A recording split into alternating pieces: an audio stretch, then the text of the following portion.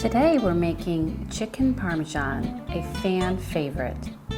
To start, we're going to be taking some chicken breasts. And typically when you get chicken breasts, they're quite thick.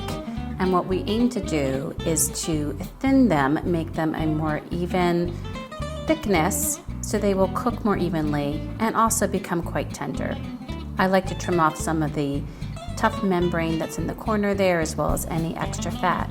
Then you want to lay it flat and take the thick side, and you want to go halfway across as best you can. So put your palm on top and use a sharp knife and go slowly, one slice at a time, almost like you're making a pocket, except you're going to be going almost all the way across. Just take your time, a few slices at a time, go at your own pace until you've opened it up all the way. Doesn't have to be perfect, but once it looks a more even texture, or not texture, but thickness, you're going to set that aside to pound later. Next, you'll want to do this with the rest of the chicken breasts you have. Again, trimming any of the excess that you want to remove, any of the tough spots. Find the thick side and do the rest of your cutting and get them all ready.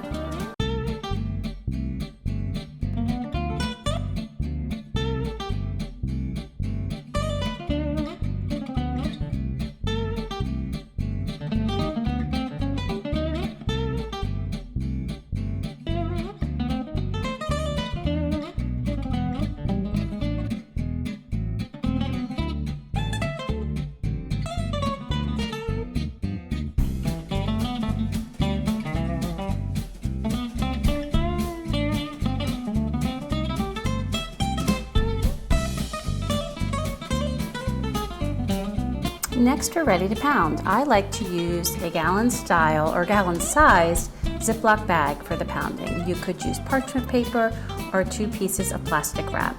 I put the split breast inside. I use one of my mallets. They're sometimes wooden, mine's metal. I do use the smooth side. I prefer that because I don't want to totally crush the chicken breast. I just want to tenderize it. And then I'm going to go from the inside out all around the piece of meat to flatten, tenderize, and have everything be mostly the same thickness. Again, so that it'll cook evenly. Once it looks pretty even, you can stop pounding, and then you'll open up the Ziploc bag and put that aside until you're ready for your next piece. So you can see, just slide it out, and then you'll reuse this Ziploc bag for the rest of the pieces of meat that you have.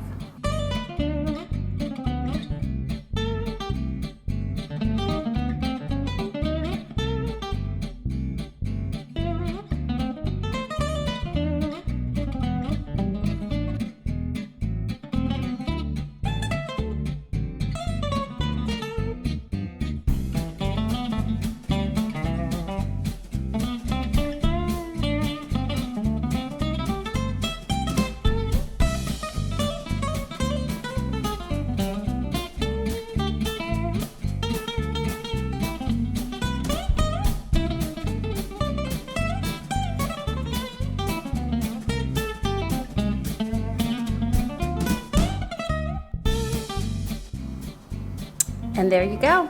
Everything's all set for the breading. For the breading, I have all-purpose flour, and in my all-purpose flour, I like to mix a generous amount of salt. Of course, you can do it to your taste, and I like to use white pepper. Down below in the description, you can see the exact amounts that I use when I'm making my flour that I use for any kind of breading, even if it's just a light flour breading for a piece of fish. Then you also want to take some eggs, and as well as a little bit of water, and mix those up so that they are ready to be the second step.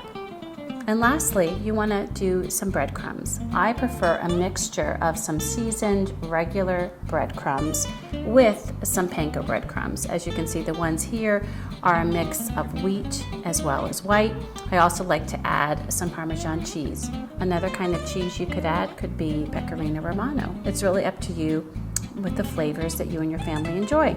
Get everything mixed nicely, and then it's ready to start dredging. When dredging, I like to use tongs just to help keep at least one of my hands clean. But you can see that this meat can be a little unwieldy if it's a large piece, and so you might need to use your fingers or your other finger to help you when dredging it. It goes first in the flour lightly, then gets a coating of the egg water mixture, and then lastly, you can see here you kind of need your other hand sometimes, we're going to put it in the breadcrumb mixture. You're just going to make sure both sides have been covered by each step, and then you're going to set it aside. I like to put a piece of parchment paper. If you like this content, please be sure to like and subscribe and share with your friends.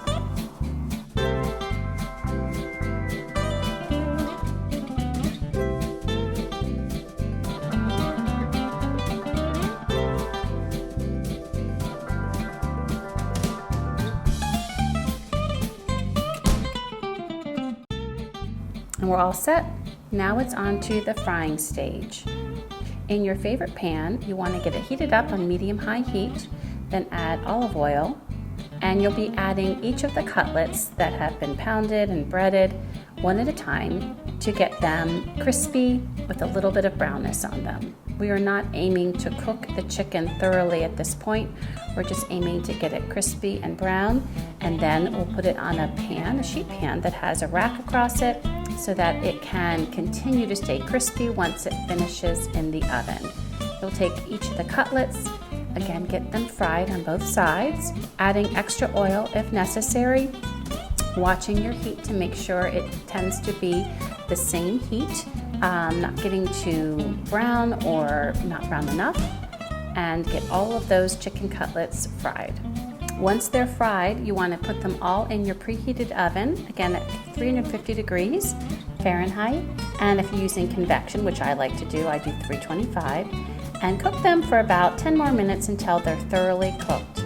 Once that is finished, you'll take them out and add your favorite marinara.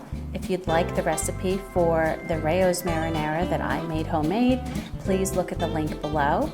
And you want to spread that marinara across each of your cutlets. Of course, I have a few on another sheet pan.